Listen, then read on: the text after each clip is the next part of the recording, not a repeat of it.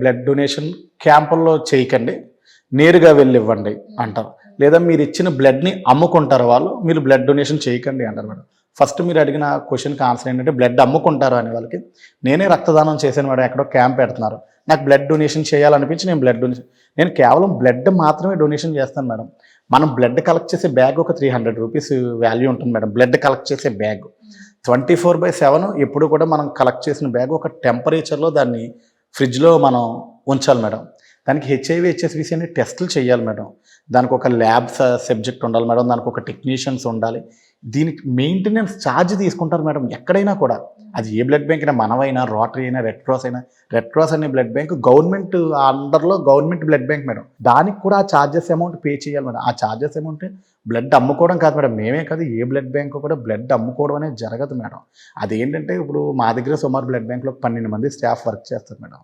వాళ్ళకి శాలరీలు ఇవ్వాలి, మేము తీసుకున్న బిల్డింగ్ రెంట్ కట్టాలి మేడం, కరెంటు బిల్లు కట్టాలి. సమయానికి పేషెంట్ ఒక చిన్న ఉదాహరణ చెప్తాను మేడం. వాళ్ళు బ్లడ్ డొనేషన్ చేసి బ్లడ్ పట్టుకెళ్ళి 1000 రూపీస్ పే చేస్తారు మేడం. 1000 crores ఇచ్చినా పోయిన ప్రాణం తిరిగి వస్తుందా మేడం? 1000 crores ఇచ్చిన 1000 రూపీస్ కాదు మేడం, 1000 crores ఇచ్చారు మేడం. ఒక పోయిన ప్రాణాన్ని ఎవరైనా తీసుకురాగలరా మేడం? అంటే అక్కడ డొనేషన్ చేసి సమయానికి అందించేది అంటే అవగాహన లేక మేడం, వాళ్ళకి తెలియక, బ్లడ్ అవసరం అప్పటి వరకు వాళ్ళకి రాక, బ్లడ్ గురించి తెలియక మాట్లాడే మాటలు తప్ప, వాళ్ళకి అవసరం వచ్చినప్పుడు దాని విలువ తెలుస్తుంది మేడం. ఎప్పుడు కూడా ఎవరికి దేని అవసరం రానంత వరకు దాని విలువ తెలియదు మేడం.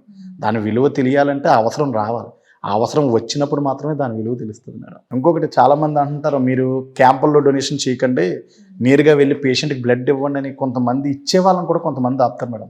వాళ్ళకి నేను ఇచ్చే ఆన్సర్ ఏంటంటే, ఇప్పుడు అర్ధరాత్రి రోడ్డు యాక్సిడెంట్ అవుతుంది మేడం, 7-8 బ్యాగులు 10 బ్యాగులు పడతాయి మేడం పర్సన్కి. ఎమర్జెన్సీగా బ్లడ్ అందజేయాలి మేడం. ఒక 10 బ్యాగులన్నా ఆ పేషెంట్కి నైట్ మేము ఇవ్వాలి. నైట్ మేము బ్లడ్ ఇవ్వాలంటే బ్లడ్ బ్యాంక్లో స్టాక్ ఉండాలి మేడం. స్టాక్ ఉండాలంటే స్వచ్ఛందంగా రక్తదాతలు వచ్చేవాళ్ళు మేడం. ఇప్పుడు నేనే బ్లడ్ ఇవ్వాలనుకుని డైరెక్ట్ పేషెంట్కి ఇద్దాం కదా అని ఆగిపోయాను మేడం ఇవ్వకుండా. ఇప్పుడు నా కుటుంబ సభ్యుడికి అవసరం వచ్చింది, బ్లడ్ డొనేషన్ చేసిన బ్లడ్ పేషెంట్కి ఇవ్వాలంటే వితిన్ ఒక 48 అవర్స్ వెయిట్ చేయాలి మేడం. ఎందుకంటే ఇప్పుడు డొనేషన్ చేస్తే ఎప్పుడే ఎక్కించడానికి అవ్వదు మేడం. దానికి హెచ్ఐవి టెస్ట్, హెచ్ఎస్వి టెస్ట్, ఈ దీనికే తక్కువ 24 అవర్స్ టైం తీసుకుని ఇవ్వాలి మేడం. ఈ 24 అవర్స్ పేషెంట్ పరిస్థితి ఏంటి? క్యాంపుల్లో డొనేషన్ చేయొద్దని చెప్పే వాళ్ళకి ఒక్కటే ఆన్సర్ చెప్తాను.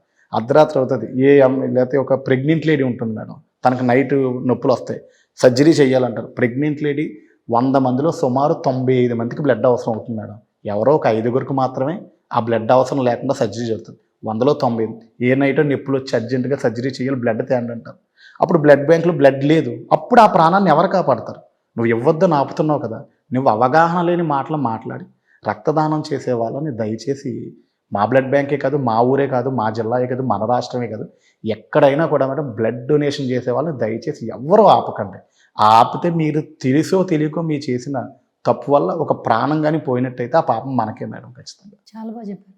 అంటే ఇప్పటి వరకు రక్తాన్ని నమ్ముకుంటారు వీళ్ళు, బిజినెస్ చేస్తారు రక్తంతో అని ఎవరైతే మాట్లాడుతున్నారో, ఒక్కసారి వాళ్ళు మాట్లాడిన మాటలు వెనక్కి తిరిగి నెంబర్ వేసుకుంటే అసలు ఒక బ్లడ్ బ్యాంక్ పెట్టడం దగ్గర నుంచి వెనకాల బ్యాక్ అండ్, మీరు ఇందాక ఒక మంచి పాయింట్ చెప్పారు, బ్లడ్ డొనేట్ చేయడం ఒకటే సరిపోదు, ఆ బ్లడ్ టెస్ట్ చేస్తాం, హెచ్ఐవి ఇవన్నీ టెస్ట్ చేయడానికి బ్యాక్గ్రౌండ్ కొంత వర్క్ కావాలి.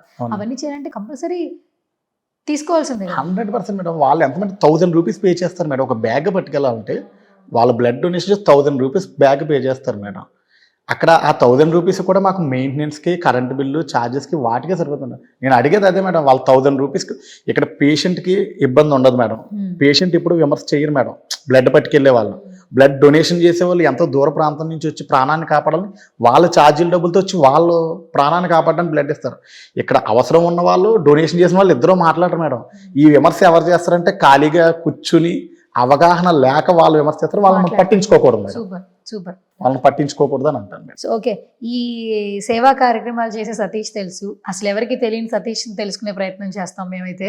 సేంట్ కాకినాడ బాన్ బాటం కాకినాడ మేడం. మరి చదువుకోలేదు, అప్పుడే చదివాపేశారు, ఎంతవరకు చదువుకున్నారు మీరు? మేడం నేను 10th వరకు చదువుకున్నాను మేడం. 10th వరకు కూడా మా ఇంటి దగ్గర ఎస్ఎస్ఆర్కే మున్సిపల్ హై స్కూల్ ఉంటుంది మేడం. హై స్కూల్లో 10th వరకు చదువుకున్నాం. 10th తర్వాత ఇంట్లో ఆర్థిక పరిస్థితుల కారణంగా నాతో పాటు మా అక్క ఒకరు ఉన్నారు మేడం, తనకు మ్యారేజ్ చేయాలి. మా ఫాదర్ వృత్తిరీత్యా తోపుడు బండి మీద పెద్ద మార్కెట్లో ఫ్రూట్స్ అమ్ముతారు మేడం. తోపుడు తోపుడు బండి fruits మీద అమ్ముతారు. మా ఫాదర్ ఇప్పటికీ కూడా ఆయన స్టిల్, నేను ఇక్కడ స్టూడియోలో కూర్చున్నాను కానీ మా ఫాదర్ అక్కడ మార్కెట్లో బిజినెస్ చేస్తున్నారు మేడం. తోపుడు బండి మీద ఒక షాప్ ఉంటుంది మేడం. షాప్ ముందు మాకు బండి పెట్టుకోవడానికి ఒక చిన్న ప్లేస్ ఉంటుంది, Okay. అక్కడ ఫ్రూట్స్ అమ్ముతారు మేడం. అప్పటి మా ఆర్థిక పరిస్థితుల కారణంగా మా అక్క మ్యారేజ్ చేయాలన్నా ఇంట్లో అప్పటికే చాలా అప్పులు ఉన్నాయి మేడం. వాటికి ఆయనకి వచ్చే డబ్బులతో ఇది చెయ్యాలి అది చేయాలంటే అవ్వదు మేడం. అవ్వదంటే నేను ఎడ్యుకేషన్ ఆపి నేను వర్క్లోకి వెళ్ళాలని, ఆయనతో పాటు నేను పండ్ల వ్యాపారంలోకి వెళ్ళి వర్క్ చేసి ఆ జర్నీలోనే మా స్నేహితుడు చనిపోయాడు మేడం. ఓకే. అప్పుడు తన పేరు మీద ఒక మంచి పని చేయాలి అని అనుకుని నేను స్నేహితులందరినీ సంప్రదించి ఆ కార్యక్రమం చేయడానికి కొంచెం గ్యాప్లో మా తోటి వ్యాపారస్తులకి, నా దగ్గర పళ్ళు కొనే కస్టమర్స్కి, మా ఫ్రెండ్ ఇలా చనిపోయాడు, తన పేరు మీద ఇలా చేస్తాను, తన పేరు మీద ఇలా చేస్తాను, ఎవరిని డబ్బులు అడగలేదు మేడం, చేస్తున్న మంచి పనే చెప్పాను.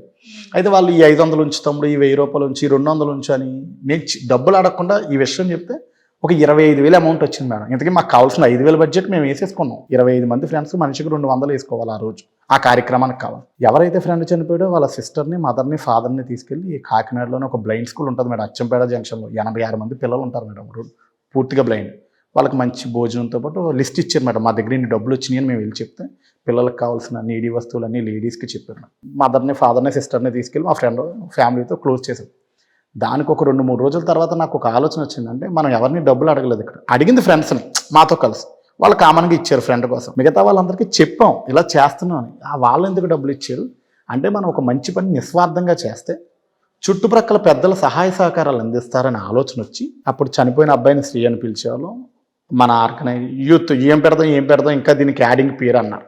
యూత్ కదా, 19 సంవత్సరాలు, యువసేన అనే సినిమా కూడా అప్పట్లో ఏదో వచ్చింది, దానికి రిలేటెడ్ యువసేన కదా, మన యూత్ కదా అని శ్రీ యువసేన అని స్టార్ట్ చేసి ఈ 11 ఇయర్స్ మొన్న ఆగస్ట్కి కంప్లీట్ అయింది. ఫ్రెండ్షిప్ డే నాడు స్టార్ట్ చేశాం మేడం. చనిపోయిన స్నేహితుడు గుర్తుగా ఈ ఆర్గనైజేషన్ 2013లో ఆగస్ట్ ఫస్ట్ సండే, ఆగస్ట్ మంత్లో ఫస్ట్ సండే ఆదివారం మేడం. డేట్తో సంబంధం ఉండదు. ఎప్పుడు ఫ్రెండ్షిప్ డే, ఆగస్ట్ నెలలో ఫస్ట్ సండే ఫ్రెండ్షిప్ డే. ఎప్పుడు ఎవ్రీ ఇయర్ కూడా తన జ్ఞాపకార్థం ఒక మెగా బ్లడ్ క్యాంప్ని కండక్ట్ చేస్తాం మేడం.